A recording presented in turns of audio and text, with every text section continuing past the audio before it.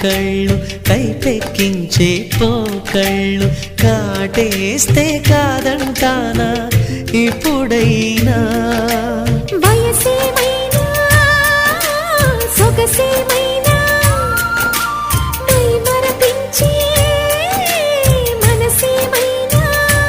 నవ్వు నవరాత్రి నీ కోసం తీసుకువస్తున్నా మైనా ఏమైనావే మన్మథ మాసం అయినా ఎంతైనా ఇది మెత్తని మోసం